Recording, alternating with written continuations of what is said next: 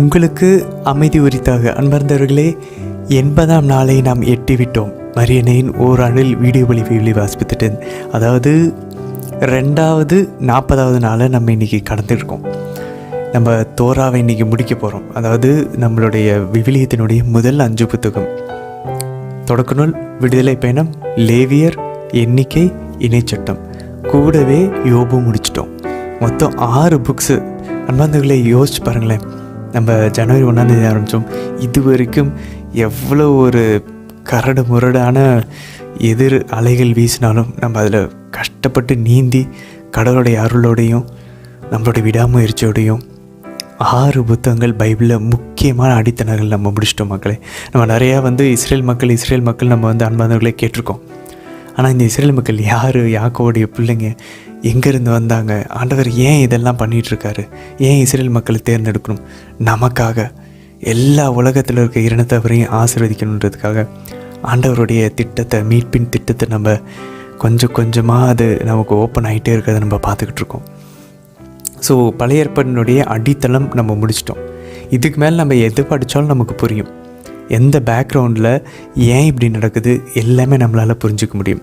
யூதர்கள் இப்போ கூட இஸ்ரேலில் இருக்கக்கூடிய நண்பர்கள் சொல்கிறாங்க, அவங்க இந்த தோரா எப்பயுமே ஒரு காப்பி பக்கத்துலேயே வச்சுக்குவாங்களாம். அவங்க வேலை செய்கிற இடத்துல எல்லா இடத்துலையும் அதை அவங்க அப்பப்போ எடுத்து படிப்பாங்களாம். அவங்களுக்கு அது ரொம்ப முக்கியம், அந்த தோரா.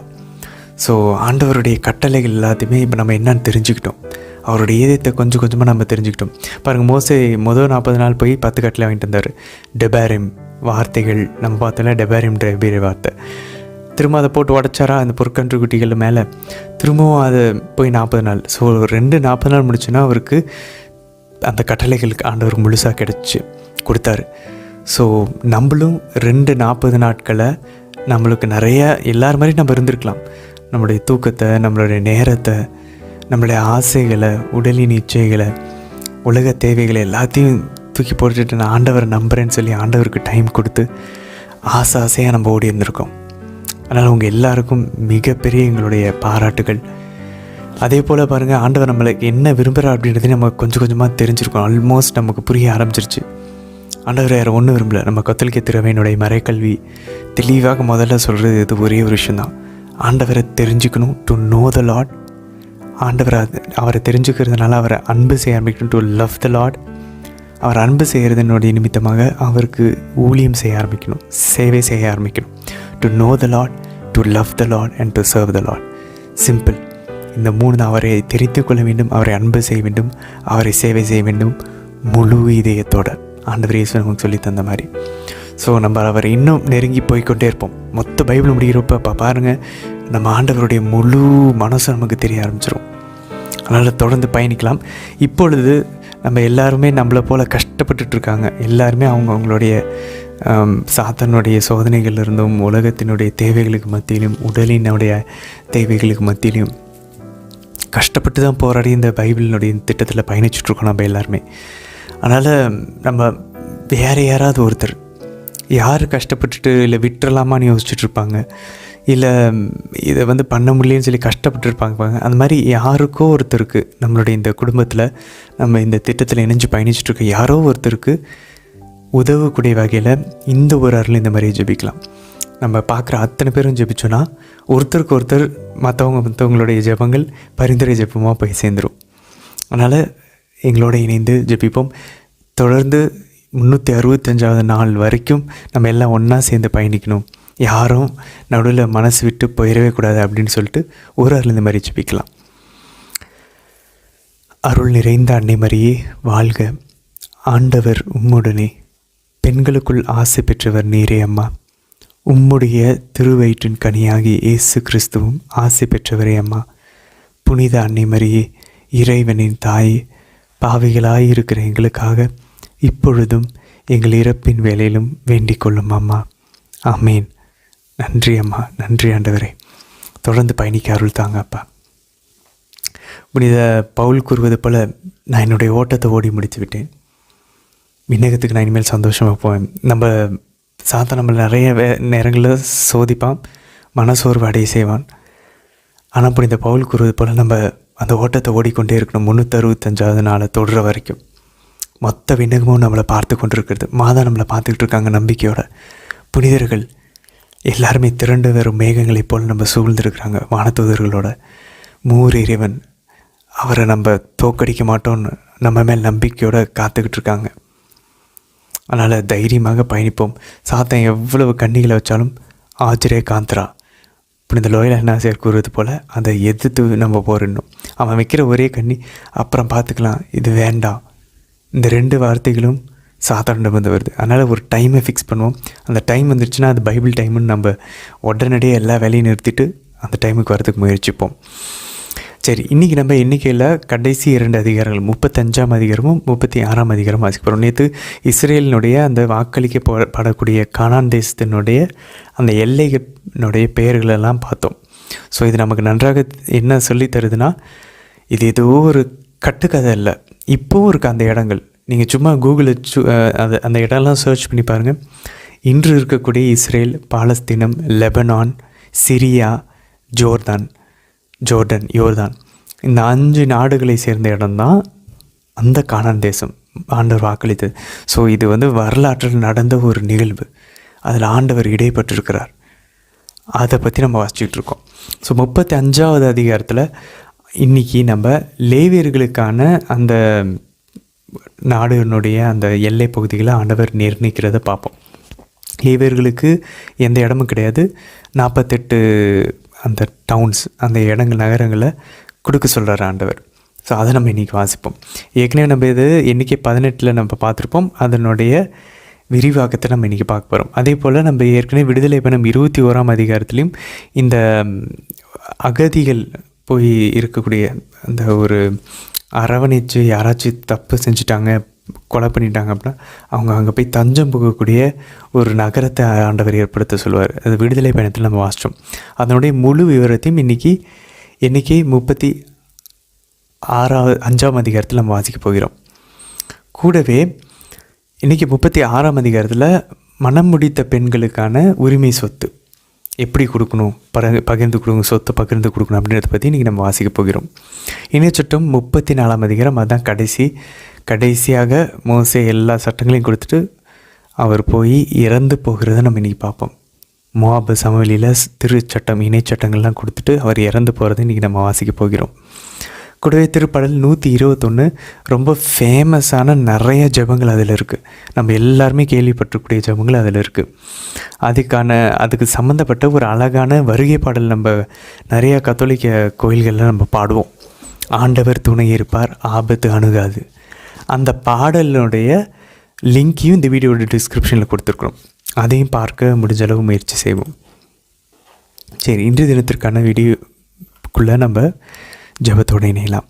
தந்தை, மகன், தூய ஆவியாரின் பெயராலே ஆமேன். தந்தை இறைவனை அழைத்து ஜெபிப்போம். அருள் நிறைந்த அன்னை மரியை வாழ்க. ஆண்டவர் உம்முடனே, பெண்களுக்குள்ள ஆசை பெற்றவர் நீரே அம்மா. உம்முடைய திருவயிற்றின் கனியாகி இயேசு கிறிஸ்துவும் ஆசை பெற்றவரே. புனித அன்னை மரியே, இறைவனின் தாயே, பாவிகளாக இருக்கிற எங்களுக்காக இப்பொழுதும் எங்கள் இறப்பின் வேலையிலும் வேண்டிக் கொள்ளும் அம்மா. ஆமேன். சுதனாகிய இறைவனை அழைத்து ஜெபிப்போம். அருள் நிறைந்த அன்னை மரியே வாழ்க. ஆண்டவர் உம்முடனே, பெண்களுக்குள்ள ஆசை பெற்றவர் நீரே அம்மா. உம்முடைய திருவயிற்றின் கனியாகி இயேசு கிறிஸ்துவும் ஆசை பெற்றவரே. புனித அன்னை மரியே, இறைவனின் தாயே, பாவிகளாக இருக்கிற எங்களுக்காக இப்பொழுதும் எங்கள் இறப்பின் வேலையிலும் வேண்டிக் கொள்ளும் அம்மா. ஆமேன். தூய ஆவியானவரை அழைத்து ஜெபிப்போம். அருள் நிறைந்த அன்னை மரியே வாழ்க. ஆண்டவர் உம்முடனே, பெண்களுக்குள்ள ஆசை பெற்றவர் நீரே அம்மா. உம்முடைய திருவயிற்றின் கனியாகி இயேசு கிறிஸ்துவும் ஆசை பெற்றவரே. புனித அன்னை மரியே, இறைவனின் தாயே, பாவிகளாக இருக்கிற எங்களுக்காக இப்பொழுதும் எங்கள் இறப்பின் வேலையிலும் வேண்டிக் கொள்ளும் அம்மா. ஆமேன். எண்ணிக்கை அதிகாரம் 35. எரிகோவுக்கு எதிரே யோர்தானை அடுத்த மோவாபு சமவெளியில் ஆண்டவர் மோசேயிடம் கூறியது: தாங்கள் உடைமையாக்கிக் கொண்ட உரிமை சொத்திலிருந்து லேவியர் குடியிருப்பதற்காக நகர்களை கொடுக்கும்படி இஸ்ரேல் மக்களுக்கு கட்டளையிடு. அவற்றுடன் நகர்களை சுற்றியுள்ள மேய்ச்சல் நிலங்களையும் நீங்கள் லேவியருக்கு கொடுக்க வேண்டும். இந்நகரில் அவர்கள் தங்கியிருப்பர். இவற்றின் மேய்ச்சல் நிலங்கள் அவர்கள் கால்நடைகளுக்கும் மந்தைகளுக்கும் வீட்டு விலங்குகள் அனைத்திற்கும் ஏற்றதாக இருக்கும். நீங்கள் லேவியருக்கு கொடுக்கும் மேய்ச்சல் நிலங்கள் நகரின் சுவரை சுற்றிலும் 1000 முழம் அகலமாயிருக்கும். நகருக்கு வெளியில் கிழக்கே 2000 முழமும், தெற்கே 2000 முழமும், மேற்கே 2000 முழமும், வடக்கே 2000 முழமும் நீங்கள் அளக்க வேண்டும். இது நடுவே இருக்கும் நகர்களுக்கு இது மேய்ச்சல் நிலமாகும். நீங்கள் லேவியருக்கு கொடுக்க வேண்டிய நகர்களாவன: கொலையாளி தப்பி ஓடி தஞ்சம் புகும் அடைக்கல நகர்கள் 6. இவை தவிர 42 நகர்கள். மேய்ச்சல் நிலங்கள் உட்பட நீங்கள் லேவியருக்கு கொடுக்கும் மொத்த நகர்கள் 48. இஸ்ரேல் மக்களின் உடைமையிலிருந்து நீங்கள் கொடுக்கும் நகர்களை பொறுத்தவரை குலங்களில் பெரியவற்றிலிருந்து மிகுதியாகவும் சிறியவற்றிலிருந்து குறைவாகவும் கொடுக்க வேண்டும். ஒவ்வொரு குலமும் உடைமையாக்கியுள்ள உரிமை சொத்தின் விகிதப்படி அதன் நகர்களை லேவியருக்கு கொடுக்க வேண்டும். ஆண்டவர் மோசேயிடம் கூறியது: இஸ்ரேல் மக்களிடம் சொல், நீங்கள் யோர்தானை கடந்து கானான் நாட்டுக்குள் நுழையும் போது உங்களுக்காக அடைக்கல நகர்களை தேர்ந்து கொள்ளுங்கள். தற்செயலாய் ஓர் ஆளை கொல்பவன் எவனும் அங்கே ஓடிச் சென்று புகலிடம் பெறுவான். இந்த நகர்கள் பழிவாங்குவோனிடமிருந்து உங்களுக்கு பாதுகாப்பை தரும். இதனால் கொலை செய்தவன் நீதி தீர்ப்புக்காக மக்கள் கூட்டமைப்புக்கு முன் நிற்கும் முன்னரே அவன் சாக வேண்டியதில்லை. நீங்கள் கொடுக்கும் நகர்கள் 6 அடைக்கல நகர்களாயிருக்கும். யோர்தானுக்கு அப்பால் 3 நகர்களும், கானான் நாட்டுக்குள் 3 நகர்களும் நீங்கள் அடைக்கல நகர்களாக கொடுக்க வேண்டும். இந்த 6 நகர்களும் இஸ்ரேல் மக்களுக்கும் அந்நியருக்கும் அவர்களிடையே தற்காலிகமாக தங்கியிருப்போருக்கும் அடைக்கல நகர்களாயிருக்கும். தற்செயலாய் ஓர் ஆளை கொல்பவன் எவனும் அங்கே ஓடிச் சென்று புகலிடம் பெறலாம். ஆனால் அவன் ஓர் இரும்பு கருவியினால் ஒருவனை அடிக்க அவன் இறந்தால் அவன் ஒரு கொலைகாரன். அந்த கொலைகாரன் கொல்லப்பட வேண்டும். ஒரு மனிதன் சாகும்படி கையில் ஒரு கல்லை வைத்து அடித்து அவன் இறந்தாலும் அவன் ஒரு கொலைகாரனே. அந்த கொலைகாரனும் கொல்லப்பட வேண்டும். அல்லது ஒரு மனிதன் சாகும்படி கையில் மர ஆயுதம் ஒன்றை வைத்து அவனை அடித்து அவன் இறந்தாலும் அவன் ஒரு கொலைகாரனே. அந்த கொலைகாரனும் கொல்லப்பட வேண்டும். இரத்த பழி வாங்குவோன் தான் கொலைகாரனை கொல்ல வேண்டும். அவனை சந்திக்கும் போது அவன் அவனை கொல்ல வேண்டும். மேலும் பகை முன்னிட்டு அவன் அவனை விழத்தள்ளினால், அல்லது பதுங்கியிருந்து எரிந்து அவன் மடிந்தால், அல்லது பகை முன்னிட்டு அவன் அவனை கையினால் அடித்து அவன் மடிந்தால் அடித்தவன் கொல்லப்பட வேண்டும். அவன் ஒரு கொலைகாரன். இரத்தப்பழி வாங்குவோன் கொலைகாரனை சந்திக்கும் போதே அவனை கொன்றுவிட வேண்டும். ஆயினும் பகை ஏதுமின்றி திடீரென்று அவனை கீழே விழத்தள்ளி, அல்லது பதுங்கியிராமலேயே எதையாவது அவன் மேல் எறிந்து, கொலைகாரனுக்கும் இரத்தப்பழி வாங்குவோனுக்கும் இடையில் இந்த நீதி தீர்ப்புகளை கொண்டு மக்கள் கூட்டமைப்பு தீர்ப்பு வழங்க வேண்டும். மக்கள் கூட்டமைப்பினர் இரத்தப்பழி வாங்குவோன் கையிலிருந்து கொலைகாரனை காப்பாற்ற வேண்டும். அவன் ஓடி தஞ்சம் புகுந்த அடைக்கல நகருக்கு மக்கள் கூட்டமைப்பினர் அவனை திரும்ப கொண்டு வர வேண்டும். தூய தைலத்தால் திருநிலைப்படுத்தப்பட்ட தலைமை குரு இறக்கு மட்டும் அவன் அதில் தங்குவான். ஆனால் அவன் ஓடி தஞ்சம் புகுந்திருந்த அடைக்கல நகரின் எல்லைக்கு அப்பால் எப்போதாவது போயிருந்து அவனை இரத்தப்பழி வாங்குவோன் அடைக்கல நகரின் எல்லைகளுக்கு வெளியே கண்டு அவனை வெட்டினால் இரத்தப்பழி வாங்குவோன் மேல் பழியிராது.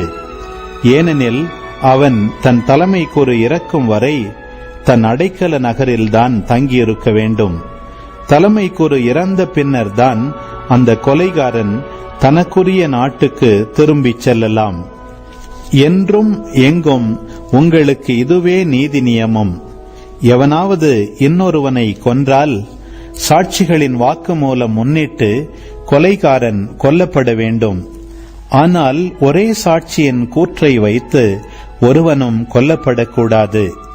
மேலும் மரண தண்டனைக்குரிய கொலைகாரன் ஒருவனின் உயிருக்காக ஈட்டுத் தொகை எதுவும் நீங்கள் வாங்க வேண்டாம். அவன் கொல்லப்படத்தான் வேண்டும்.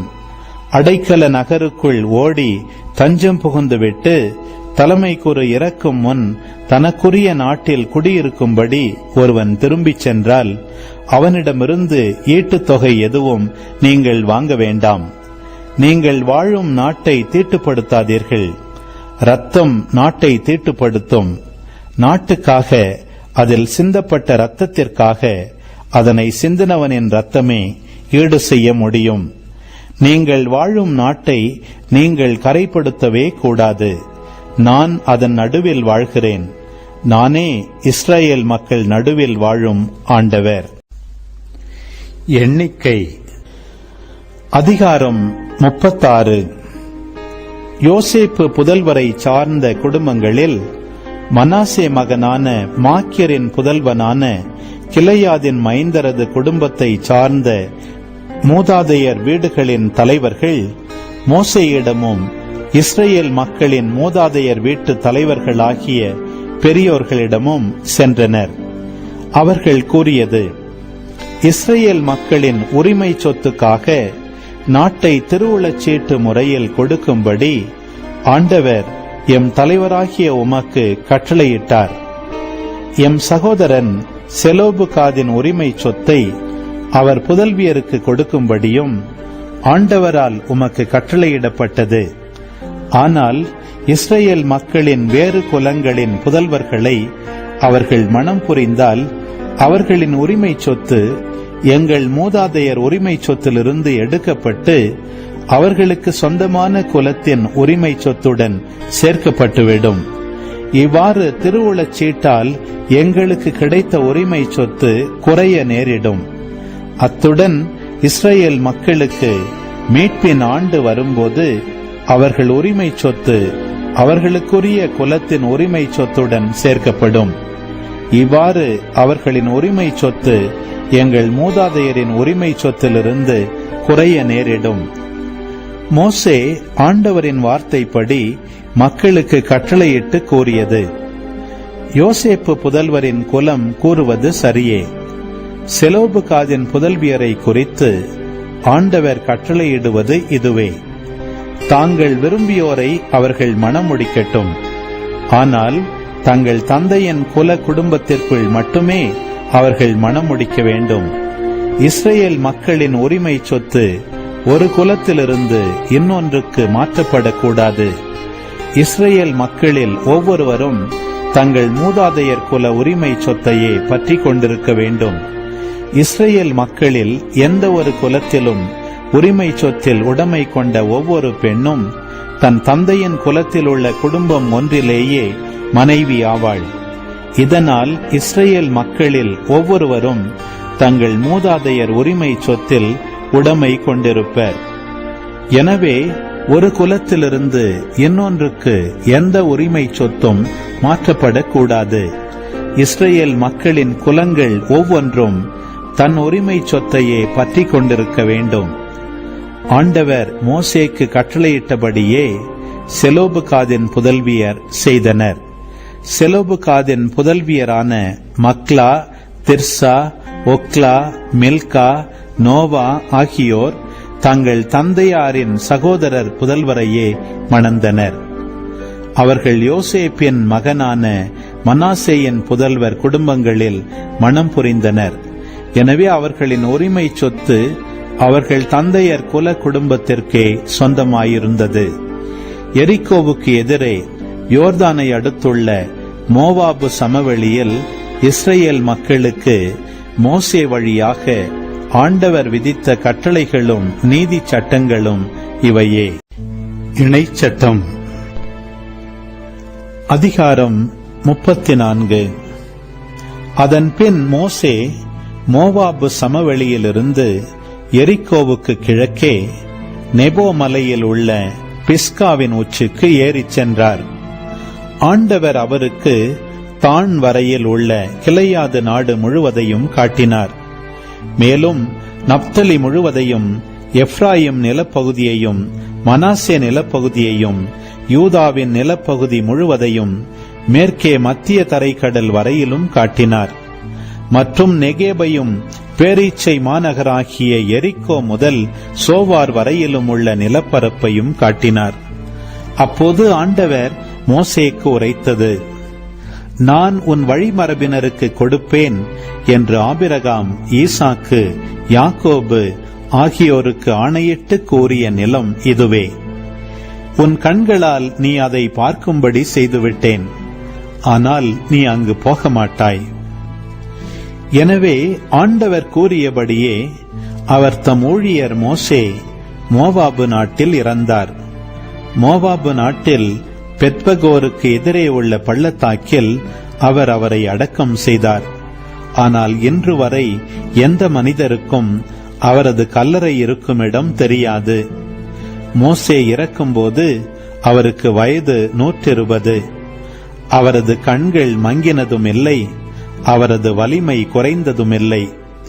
மோவாபு சமவெளியில் இஸ்ரேல் மக்கள் மோசேக்காக 30 நாள்கள் துக்கம் கொண்டாடினர். மோசேக்காக இஸ்ரேல் மக்கள் அழுது துக்கம் கொண்டாடின நாள்கள் நிறைவுற்றன. நூனின் மகனாகிய யோசுவாவின் மேல் மோசே தம் கைகளை வைத்ததால் அவர் ஞானத்தின் ஆவியால் நிரப்ப பெற்றிருந்தார். இஸ்ரேல் மக்கள் யோசுவாவுக்கு செவி கொடுத்து மோசேக்கு ஆண்டவர் கட்டளையிட்டபடி நடந்தார்கள். ஆண்டவர் நேருக்கு நேர் சந்தித்த மோசேயைப் போல் இறைவாக்கினர் வேறெவரும் இஸ்ரேலில் இதுகாரும் எழுந்ததில்லை. ஏனெனில் எகிப்து நாட்டில் பார்வோனுக்கும் அவன் அலுவலருக்கும் அவன் நாடு முழுவதற்கும் அடையாளங்களையும் அருஞ்செயல்களையும் செய்யும்படி ஆண்டவர் மோசேயை அனுப்பினார். இஸ்ரேலர் அனைவரின் கண்கள் காணுமாறு அவர் ஆற்றிய அனைத்து ஆற்றல் மிகு செயல்களும் அச்சுறுத்தும் மாபெரும் செயல்களுமே இதற்கு சான்றாகும். திருப்பாடல் 121. மலைகளை நோக்கி என் கண்களை உயர்த்துகின்றேன். எங்கிருந்து எனக்கு உதவி வரும்?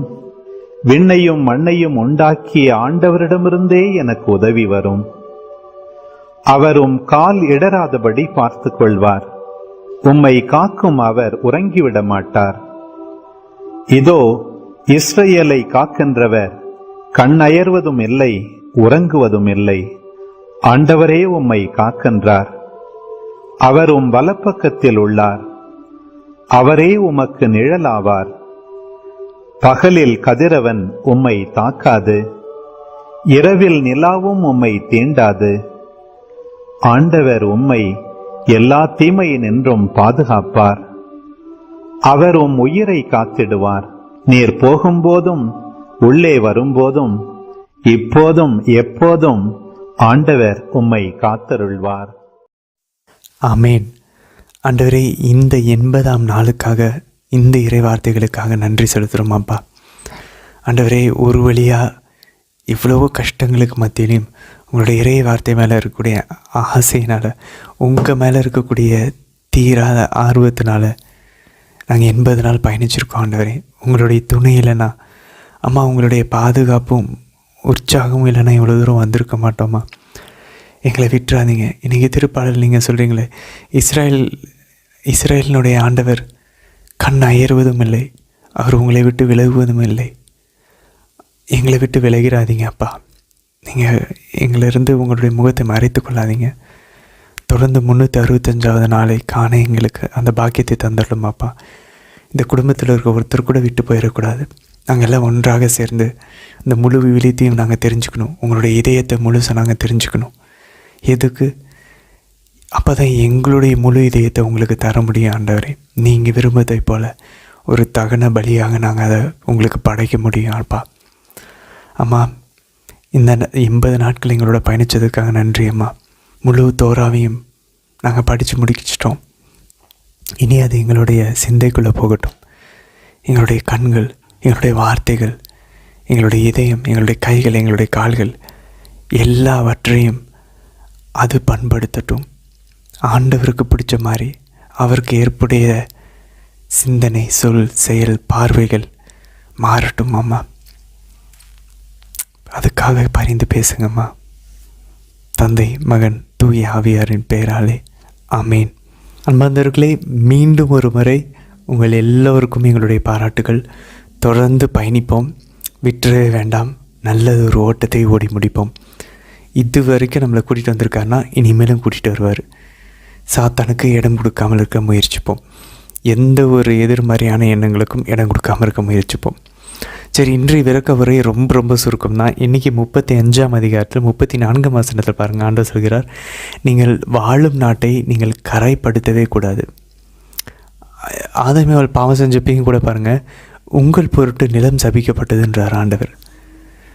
அப்போ நம்ம பாவம் செய்யும்போது ஆயர் பிஷப் பேரன் கூறுவார், யூஎஸ்ஏயில் அமெரிக்காவில் இருக்கக்கூடிய யூடியூப்பில் ரொம்ப புகழ்பெற்ற ஆயர் அவர் அழகாக சொல்கிறாரு, நம்ம பாவம் செய்யும்போது நம்மளுடைய நிலங்கள் பாதிக்கப்படுது, நம்மளுடைய வீடு, நம்மளுடைய உறவுகள், நம்மளுடைய புத்தி, இன்டலெக்ட், நம்மளுடைய வில் எல்லாமே பாதிக்கப்படுது, கரைப்படுது. So there is a spiritual physics அப்படின்றார், ஒரு ஆன்மீக இயற்பியல் இருக்குது அப்படின்றார் அவர் இதில். ஸோ அவர் சொல்ல பாருங்கள், நான் அதன் நடுவில் வாழ்கிறேன். எங்கே? அந்த நிலத்தில் அவர் வாழ்கிறாராம். நான் இஸ்ரேல் மக்கள் நடுவில் வாழும் ஆண்டவர். I am a god who dwells among the Israel அப்படின்றார். இஸ்ரேல் மக்களுக்கு நடுவில் நான் வாழக்கூடிய கடவுள். எப்படி? அந்த திருவுறைவிடத்தின் வழியாக. அந்த திருவுறைவிடத்தில் ஆண்டவருடைய பிரசன்னத்தை கொடுக்குறாரு. இது பழைய ஏற்பாட்டில்.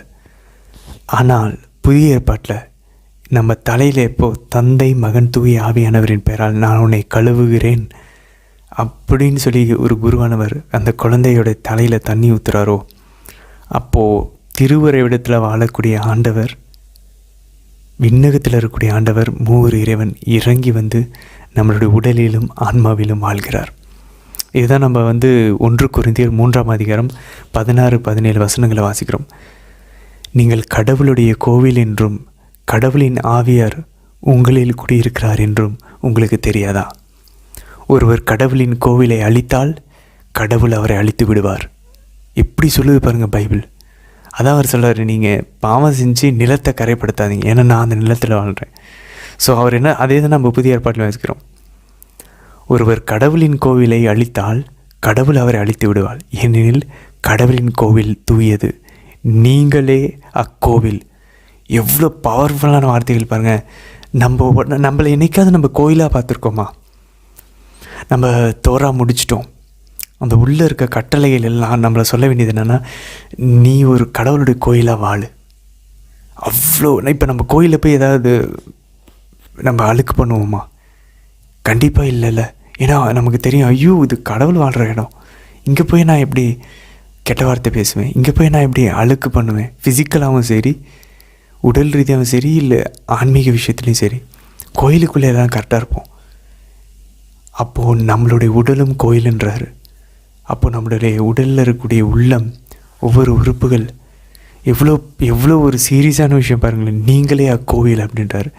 அதே திரும்ப 1 கொரிந்தியர் 6:19 அதான் சொல்கிறார், நீங்கள் தூய ஆவியினர் வாழக்கூடிய ஆலயம் என்று உங்களுக்கு தெரியாதா? We are all churches. நாம் நடமாடும் ஒரு திரு உறைவிடம். நமக்குள்ள மூவர் இறைவன் இருக்கிறார். ஆவியினவர் வடிவில் இருக்கிறார், வார்த்தையின் வடிவில் இருக்கிறார், மன்னாவாகிய ஆண்டவர் இயேசுவின் நற்கருணையின் வடிவிலே நமக்குள்ளே வராரு. இப்படி நம்ம கடவுள் உள்ள தாங்கிட்டு இருக்கோம். அப்போ இந்த உலகத்துக்கு நம்ம எப்படி ஒளியாக உப்பாக இருக்கணும் பாருங்களேன்.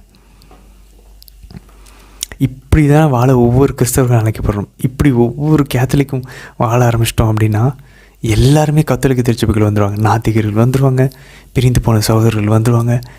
நம்ம அந்த கஷ்டத்தை எடுத்துக்க மாட்டேங்கிறோம். அது சாதாரணமாக வராதில், ரொம்ப தியாகம் பண்ணணும், கஷ்டங்களை அனுபவிக்கணும், மனசளவுலையும் சரி, உடம்பளவுலையும் சரி. அப்போ தான் அந்த ஜென்ம சுபாவத்தில் வெளியே வர முடியும். அந்த கஷ்டத்தினால நம்ம எல்லாத்தையும் தூக்கி போட்டு அப்படியே அன்றாட வாழ்க்கைக்கு தேவையானதை மட்டும் அழிந்து போகும் உணவுக்காக உழைச்சிட்டு நம்ம உயிர் வாழ்ந்துக்கிட்டு இருக்கோம். சரி, இன்றைக்கி இணையச்சட்டம் 34ஆம் அதிகாரத்தில் 6வது வசனத்தில் பாருங்கள், மோசேவை புதைத்த இடம் இன்று வரைக்கும் யாருக்குமே தெரியாது அப்படின்னு சொல்லி போடப்பட்டிருக்கு. அது எப்படி மோசேவினுடைய உடல் எங்கே இருக்குன்னு தெரியாது? இதுக்கு வேறு ஏதாவது புதிய ஏற்பாட்டில் நம்ம இது தொடர்பான சம்பந்தமான வசனம் இருக்கா அப்படின்னு பார்த்தோன்னா, ரொம்ப ஃபேமஸான ஒரு வசனம் உண்டு. யூதா அதில் ஒரே ஒரு அதிகாரம் தான் இருக்குது. அதில் 9ஆம் வசனத்தில் பாருங்கள், யூதா எழுதின திருமுகத்தில் புனித மிக்கேல் அதிதூதர் சாத்தானோட வாக்குவாதத்தில் ஈடுபட்டாராம். எதுக்கு? மோசேவின் உடல் பொருட்டு.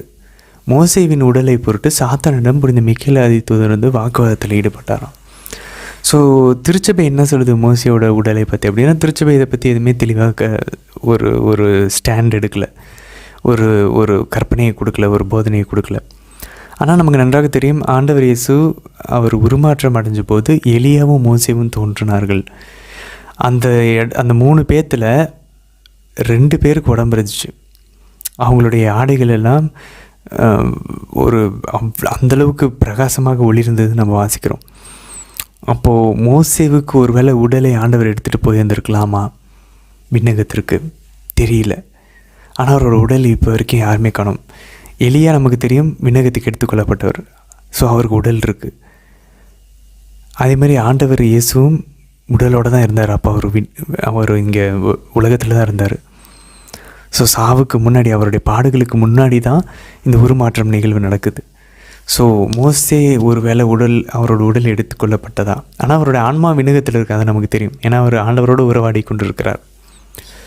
ஸோ இது ஒரு மறைப்பொருள் தான். அடுத்தது பாருங்கள், இணைச்சிட்டு 34ஆம் அதிகாரத்தில் 9வது வசனம் பாருங்கள். நூனின் மகனாகி யோசுவாவின் மேல் மோசே தம் கைகளை வைத்ததால் அவர் ஞானத்தின் ஆவியினால் நிரப்ப பெற்றிருந்தார்.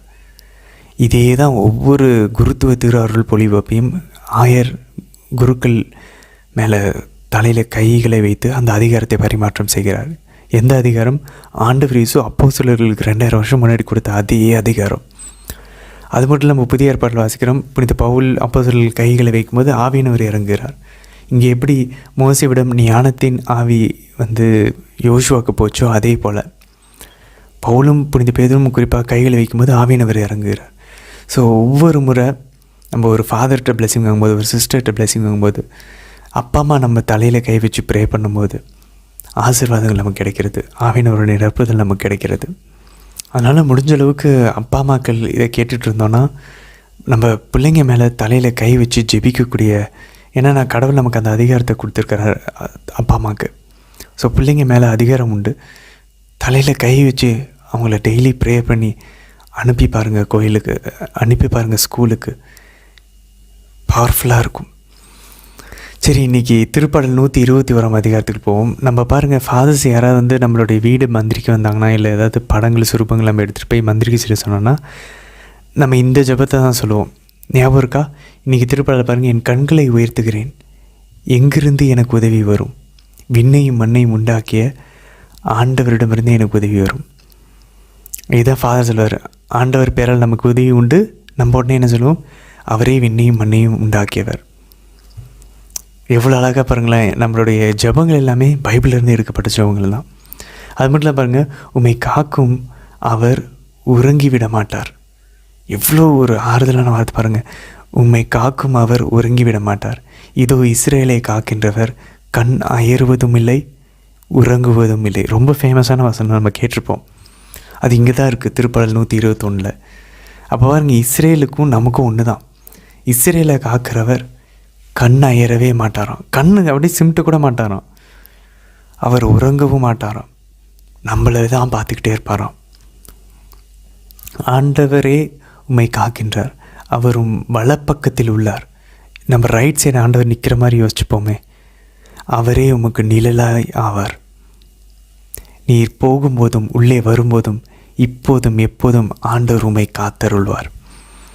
இதை நம்ம பிரிண்ட் அவுட் எடுத்து எங்கேயாவது எழுதி வச்சுக்கலாம். இதை நம்ம மனப்பாடம் பண்ணிக்கலாம். எங்கேயாவது ட்ராவல் பண்ணும்போது கிட்டத்தட்ட திருப்பாடல் 91 மாதிரி தான். பகலில் வெயிலோ இரவில் நிலவோ தீங்கினை செய்யாது அஞ்சாதே. அந்த பாடல் அழகாக இருக்கும், கேட்டு பாருங்களேன். இன்றைக்கி வீடியோட லிங்கில் டிஸ்கிரிப்ஷன் கொடுத்துருக்கோம். ஆண்டவர் துணை இருப்பார், ஆபத்து அணுகாது. கடைசி செகண்ட் ஸ்டாண்டர்டில் பாருங்கள், இஸ்ராயேல் தேவன் எந்நாளும் காப்பார், கவலையோ கலக்கமோ இனி வேண்டாம். பவர்ஃபுல்லான வசனம். ஸோ ஆண்டவர் நம்ம போகும்போது வரும்போது நம்மளை பார்த்துட்டு தான் இருக்கார். இதுக்கு மத்தியில் ஏதாவது தீங்கு நடக்குதுன்னா அது ஆண்டவர் நமக்கு ஏதாவது ஒரு விஷயத்தை கற்றுத்தர கொடுக்குறாரு, இல்லை அதிலேருந்து இன்னொரு பெரிய நல்ல நன்மையை கொண்டு வரப்போகிறார். அதனால் ஆண்டவர் மேலே எப்பயுமே நம்பிக்கை இருப்போம். ரொம்ப ரொம்ப சந்தோஷமாக இருக்கிறது உங்களோட சேர்ந்து பயணிப்பதற்கு. எங்களுக்காகவும் தயவு செஞ்சு எப்போயாச்சும் உங்களுக்கு தோணுச்சுன்னா ஒரு அருள் இந்த மாதிரியே எங்களுக்காக ஜெபித்துக் கொள்ளுங்கள். ஆண்டவர் இன்னும் ஞானத்தை தரணும், நேரத்தை அமைச்சு தரணும், தொடர்ந்து இது தடைப்படாமல் இந்த திட்டம் நம்ம தொடர்ந்து போயிட்டே இருக்கணும் அப்படின்றதுக்காக எங்களுடைய குழுவினர்களுக்காகவும் ஜெபித்துக் கொள்ளுங்கள். அடுத்து நம்ம 100வது நாளை திரும்ப கொண்டாடுவோம். அது ஒரு ஜூப்ளியாக 2வது 50வது ஜூப்ளியை கொண்டாடுவோம். அன்பார்ந்தவர்களே, அடுத்த நம்மளுடைய இலக்கு 98வது நாள் கிட்ட நம்ம வரும்போது இன்னும் ஒரு 20 நாளில் யோசுவா அடுத்து இஸ்ரேல் மக்கள் கானான் தேசத்துக்குள்ளே போயிடுவாங்க. அங்கே உடனே அவங்களுக்கு அரசர்லாம் இருக்க மாட்டாங்க, நீதி தலைவர்கள் இருப்பாங்க, ஜட்ஜஸ் இருப்பாங்க. ஸோ யோசுவாவும் ஜட்ஜஸும் முடித்த உடனே ஒரு மெசியாவின் சந்திப்பு முனை அப்படின்னா அடுத்து ஒரு நற்செய்தி ஸ்டார்ட் பண்ணுவோம், யோவான் நற்செய்தி.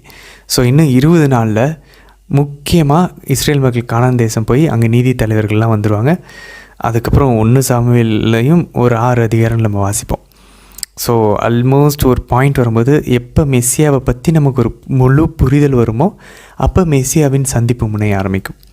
ஸோ அதை நம்ம பின்னாடி பார்ப்போம். அப்போ யோவான் நற்செய்தியை ஆரம்பிப்போம். அது முடித்தோன்னே திரும்ப தொடர்ந்து 1 சாமுவேல்லேருந்து போவோம்.